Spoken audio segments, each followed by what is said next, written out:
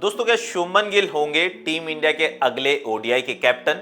क्योंकि अब सवाल ये उठने लगा है। टेस्ट में जिस तरीके से शुभमन गिल ने कमाल किया है, उसके बाद सुनील गावस्कर जैसे लेजेंड्स ने मांग कर दी है क्या शुभमन गिल को अगला ओडीआई कैप्टन होना चाहिए। रवि शास्त्री ने बोल दिया है कि कम से कम अब टेस्ट में उन्हें 3 साल कप्तान बनना चाहिए। नमस्कार, मैं क्रांत कुमार, आप देख रहे हैं चैनल 4 स्पोर्ट्स। दोस्तों, Shubman Gill Indian cricket team का वो सितारा जो कह सकते हैं कि इंग्लैंड सीरीज में इतना चमका कि अब उसका कंपैरिजन महेंद्र सिंह धोनी, विराट कोहली और तमाम अन्य कप्तान से किया जा रहा है। और होना भी चाहिए, क्योंकि जो कमाल इंग्लैंड में महेंद्र सिंह धोनी नहीं कर पाए, विराट कोहली की कैप्टनसी में नहीं हुआ, टेस्ट में रोहित शर्मा की कैप्टनसी में नहीं हुआ, वो कारनामा गौतम गंभीर और शुभमन गिल की जोड़ी ने कर दिया। वो गौतम गंभीर जिनको तमाम क्रिटिसिज्म मिला, वो शुभमन गिल जिनको कहा गया कि ये सिर्फ और सिर्फ पीआर कैप्टन है, बल्ले पे प्रिंस लिखवाने से कोई प्रिंस नहीं बन जाता। लेकिन शुभमन गिल ने कहा कि मैं आपसे 5 मैचों की टेस्ट सीरीज की बात करूंगा। 5 मैचों की टेस्ट सीरीज खत्म होने के बाद शुभमन गिल ने अपने शब्दों से नहीं, अपने काम से जवाब दिया है। और अब ये आंकड़े आप देखिए जो चौंकाने वाले हैं, क्योंकि इस सीरीज में शुभमन गिल ने एक नहीं कई ऐसे रिकॉर्ड बना दिए जो लेजेंड्स के बराबर है। सबसे पहले आप शुभमन गिल की इन पारियों को देखिए। पहले पारी में उन्होंने 147 और 8 रन की पारी खेली थी। वहीं दूसरे इनिंग्स में उन्होंने लगाए थे जो बर्मिंघम में खेला गया 269 और 161 रन की पारी थी।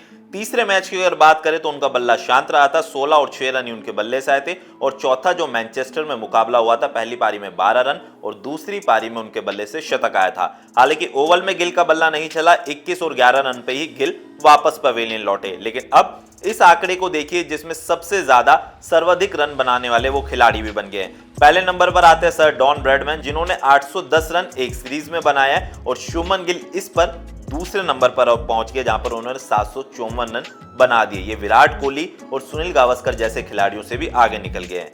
वहीं अब गिल का ये दूसरा आंकड़ा आप देखिए, जहां पर वो सबसे ज्यादा सर्वाधिक रन बनाने वाले विदेशी कप्तान भी बन गए, जिसमें 754 रन के साथ गिल इस पॉइंट टेबल में सबसे ऊपर लीड कर रहे हैं। तो आपने आंकड़ों के जरिए समझा कि गिल किस तरीके से एक के बाद एक आगे चलते जा रहे हैं और तमाम रिकॉर्ड्स को ब्रेक कर रहे हैं। हालांकि गिल की तारीफ विराट कोहली भी कर रहे हैं, रोहित शर्मा भी कर रहे हैं। और ओवल टेस्ट में हमने वो झलक देखी भी थी जहां पर पूर्व कप्तान रोहित शर्मा अपनी टीम को सपोर्ट करने पहुंचे थे, क्योंकि सभी को वो पल याद आ गया जब उसी ओवल के ग्राउंड पे रोहित शर्मा ने साल 2021 में इसी इंग्लैंड क्रिकेट टीम के सामने शतक लगाया था। लेकिन कह सकते हैं कि किस्मत को कुछ और ही मंजूर था।